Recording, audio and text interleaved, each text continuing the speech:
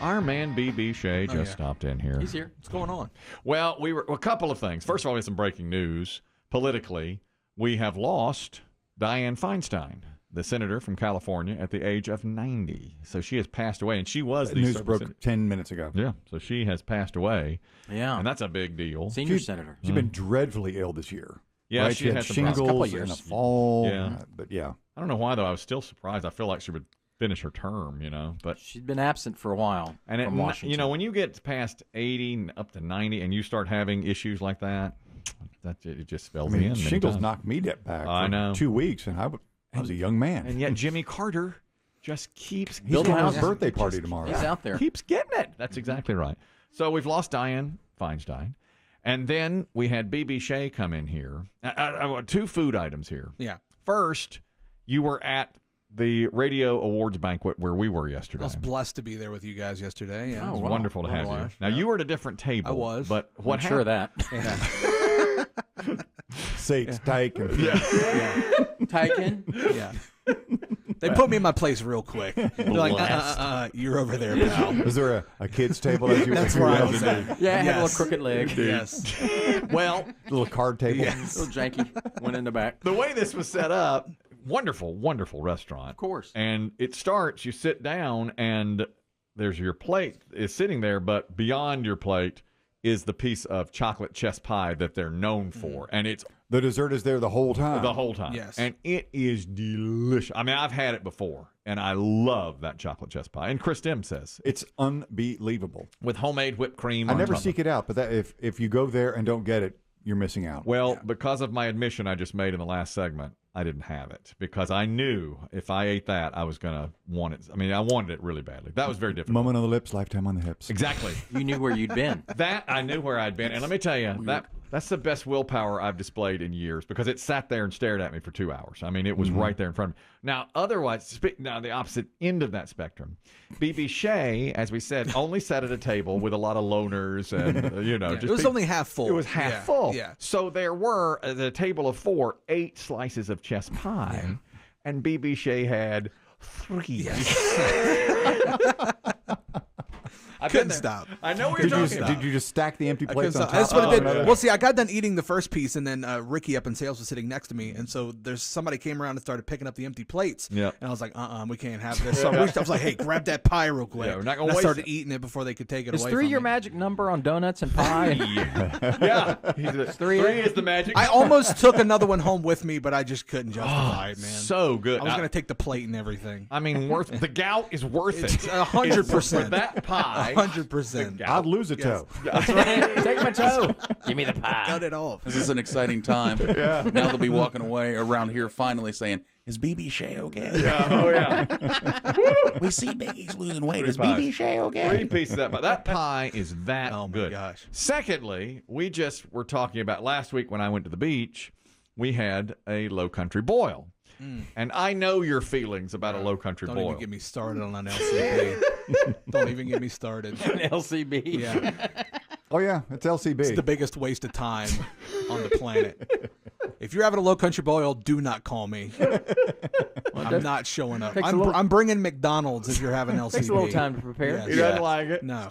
He doesn't like it. It's too much. And you know what he doesn't like about it is the fanfare of, oh, look, we've got paper I can throw it out on. That's all it is. Look at us. It's coming out on the table. It's disgusting. It's nasty. Stop doing that. He hates it. He absolutely loathes And inevitably, someone will say, there's more corn. Yeah. I got to cover it with lemon There's always pepper. more corn. Yeah, the shrimp's always gone first. Shrimp gone first, then the Then the meat, sausage. That's right. then the taters. Oh, yeah. Oh, the shrimp is outstanding. Yes. Shrimp goes first. He didn't want, it does. I agree. He didn't Then want the any- meat, he then the doesn't- taters. He doesn't care for one bit of that. That's right. Eat some of this. Take some of this with you. Oh, yeah, we take a bag home. You get a gallon Ziploc bag. Because it's always better the next day. Rewarmed shrimp. full of corn and shrimp and meat and sausage. My family, my my wife's family, they'll put in crab legs and You can do what you want. chicken. They put in all that stuff. Yeah. Chicken too. They put in chicken sometimes. I've never seen it that way. Sometimes, and then they throw it out on the table, and for us, we just stand around the table and eat it. You can. Yeah, that's what. And BB didn't like that one. Well, you know, Marylanders do that with crabs. Yes, you that's just right. dump the Throw it bushel on the table. That brown paper, you know, they put out there. That's right. Yeah, those blue crabs. And they'll put it out Soft there. shells, yeah. We've been doing that. I thought this would interest you, BB Shea. So we've saved the last 3. We've been doing it all week. The worst decisions in movie history. And this is from Rolling Stone magazine. Okay.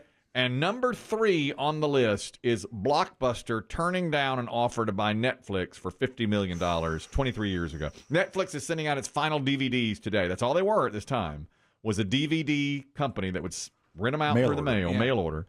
They had a meeting with Blockbuster and the Blockbuster CEO, and they said, you can buy us for $50 million. And the Blockbuster CEO said, we're not even thinking about that. In fact, there's a documentary, and this is the Netflix president saying, here's what happened. We kind of make our pitch to them. They go, we think there is great synergy here. We could run your online business. You'd run the stores. This would be a great combination. But they finally said, so what do you think we should pay for you? And I remember when he goes like, $50 million. I swear they were all kind of holding a laugh in because they found that so ridiculous. I remember sitting there going, oh God, now we're gonna have to kick their ass. You know what the best part is? You know what the best part is. The best part is We did. We did. We Yes. put them out of business. Yes. It's disrespect. It's the Michael Jordan model. Yes. It's the Deion Sanders model. Everybody disrespected us, so we'll show them. Do you think in the year 2000, if you had been in charge of Blockbuster, you would have said, okay, we'll buy you? Because Blockbuster was king of the hill without a question. Yeah. You know, they owned it all. To Biggie's point, though, right? And I don't know all the details, like maybe you guys do, or maybe you too, BB Shea. But Biggie said, you know, Netflix wasn't making money Right. at the time. I mean, it's a huge risk. It was only 2 years old. You would have had to, at the time, be somebody in Blockbuster that could look years ahead. Yeah. And I think what they were presented with was a failing business. But now let me say this. You also get people saying flying cars Yeah. is the future. Well, you're right. But I had heard from the 80s, I've heard all my life, one of these days we're going to be able to just push a button and the movie will be on your TV. You know, you can pick what you want. Type the name of the movie and you want to watch, and it'll come up. And it'll come to you. You know, You're there. I mean, I used to hear that at least, but of course I also heard flying cars. But and living on the moon. I just don't know. Well, even if in its infancy, like the idea of sending DVDs, that was still a good idea. That was a revolutionary idea at the time. So even if you took it for just that instead of what it was going to become, that would have been a good decision to buy them out, I think, just for that. Do you think if Netflix had given a lower number, Yes, I do. Blockbuster Yeah, would possibly jump? so. well, but that's how yeah. you. But that's how you negotiate. Yeah. You start high, and then they should have come back. They didn't even counter. And the Netflix guy was right. There's something. We'll run your online. You still do your store. You I still thought that do was your a great stores. approach. It was. We'll handle this part. You handle that part. I think Blockbuster I should have think- come back and said 30 million, you know, or 25 million, whatever. They should have come back and counter offer instead of laughing at them and dismissing them. I really think at the time, and now, of course, you're looking back at it still, knowing what we know. At the time, you were presented with a failing business that wanted $50 million. I haven't seen that documentary, but when you look at it, as BB Shea just said, I am so sorry. I'm so sorry. I forgot who that was for a second. We all did. I am so sorry. I'm getting serious about Okay. things. Okay. As he just said, even the idea of sending them out through the mail, you can tell that's a good idea. I mean, that's a really smart thing. People don't have to go to the store, and they basically get what they want, and they keep it for as But it long was as clunky. I mean, how many people adopted that model of DVDs through the mail? Or just one, really. Well, maybe others, but Netflix certainly. How many lived away. customers did they have at their peak? Well, we read that earlier. It was 20 million. 20 million? Yeah, But how 20 million Netflix- customers, yeah. How does that partnership work? If you're Blockbuster and they say, we want you to buy us, it's like, well, if we're going to partner, why should we give you money? You partner with us, and we'll give you some money to run the business and give you some running capital, and we'll work it that way. Is They but should wait a have minute. offered Is it the like that. idea of renting DVDs through the mail, is that proprietary? Or if I, as Blockbuster, could I have said, okay, we'll start doing that and call it Blockbuster On Demand or something? Well, And, you know, they kind of did. They tried that, later. but it was too late. But Netflix had already supplanted them at that point. And just like they tried to catch up with like Redbox. Yeah. They started popping up little blue Blockbuster boxes. And I wonder how much is like getting Netflix's movie inventory as well. I mean, where it's split up amongst other people. Like, okay, we have here their inventory to send out as well as ours to sell in stores. There's only so many movies you can put in a store. Yeah. Right. And I do think there was something to one of the, and we talked about this much earlier today, and I think Biggie's right about this, that Netflix was like the little guy on the block that's found a new and better way to do it. And Blockbuster had an arrogance to them. Well, you heard it. I mean, they laughed at him when they said, buy us. Because that's the CEO of Blockbuster straight out rejected it. Yes. And he, what do you call it? I think he called it like a niche business or something like that. Yeah. Meaning there's no way. So they didn't even say, how about 10 million? Yeah. They just said no. Right. They didn't have the vision. Yeah. They didn't. And Netflix now, we see what's happened. And at the time, you are Blockbuster. You are top of the top. Yep. Going, what? No, you're the Coca-Cola in your industry. Correct. That's right. Yeah. Yeah, they're going to laugh at you. Third worst decision in movie history, according to Rolling Stone magazine. Second was Burt Reynolds turning down, and I didn't know he had done this. They say he turned down the role of James Bond. He turned down a role in The Godfather. Ooh. He turned down a role in Star Wars. He turned down the Richard Gere role in Pretty Woman. He turned down the Jack Nicholson role in One Flew Over the Cuckoo's Nest. And they said those are the worst decisions. I mean, those combined, he could have had every one of those. R.I.P., but he fumbled the bag bad. Yeah, that is really... Some of those don't work. James Bond. I don't think we would have accepted him as James Bond. He's got to be English. He's got to be... Kind of have to be. He can't. But the others, I think he could have played in Pretty Woman. Would it have been cool to have like an American James Bond, though? Like somebody with his style? Well, I mean, isn't that what like Matt Damon is in The Bourne I guess, guy? yeah. But maybe like a new twist on like the actual James Bond. I don't know. Maybe it could have worked. But it wasn't until his later years that we saw that he was more of an actor's actor. I mean, up in the 70s, he was Gator. I mean, he was the bandit. Yeah, right. And he always played that part. You know, the longest yard. Yeah. It wasn't those kinds of roles, No. And I don't think he would have worked. Those are meaty roles. The Godfather, I don't think he would have worked either. That's a really... He might have been able to play Han Solo, I guess, yeah. Yeah, in Star Wars. He would have been Han Solo. That might have worked. Now, if he had been Han Solo, would Harrison Ford be the star he is today? Absolutely. I was getting ready to say, if he'd have done all those roles, he would be what Harrison Ford is now. And do you think Harrison Ford would not be... Probably not. All I can envision is the great late Norm Macdonald as Burt Reynolds on the Millennium Falcon. And may the force be with you. Chewing gum. Yeah. I use the force. I love you. Hey, Chewie. Yeah, I know. The number one worst mistake Ferguson as Han Solo. Hey, Lonnie. I mean, Leah. Worst decision in movie history. I never heard of it. There's a 1956 movie called The Conqueror. They shot. I know this story. You know this story. Everybody, half the people are dead. They got cancer. John Wayne is in it. Yeah. He played Genghis Khan, who's Asian, which was a bad decision. And they filmed it at a nuclear testing site in Utah. So 41% of the crew and actors got cancer. Everybody got cancer that was on that set. Half died. That's right. Half rapidly. They think it killed the Duke. Correct. They think he got cancer at that site and he died 25 years later. And they're saying that, yes, it was because, and again, half the cast got cancer and half of them died. Yeah, they call it like the most cursed movie set ever. Yeah. I'd never heard that story. And they said that's the worst Because the decision. movie's terrible. Right. It's awful. And they filmed it there, and that's the worst decision in movie history. Those top three are pretty rough. That Netflix Blockbuster thing is fascinating. Yeah. Oh, it's definitely it really is. I would like to see that documentary. And it has the Blockbuster guys in it, too. So, I mean, they're not shying away from it. Man. Well, that's good. Is it the worst decision in business history? I mean, I'd put it up there, too, yeah. It's up there. Could be. It's up there. I mean, definitely one of the. Or, like with, was it Adidas or Converse not making the proper pitch to Michael Jordan? Right. Yeah. I can't remember which one was. Well, one of them thought Adidas thought they had it. Adidas. They were That's arrogant. right, Adidas. Well, but Michael Jordan had said he preferred Adidas. You know, he wanted to be with He Adidas. wore Adidas when he wasn't wearing UNC colors. And, of course, the best decision maybe in business history was for Nike to, A, go after him, get him, and then adhere to his demands of... Center a shoe around him. And give him a piece of the profit for every shoe. Unheard of. Which had never been done. And now look what they've done for themselves and all athletes. Wow.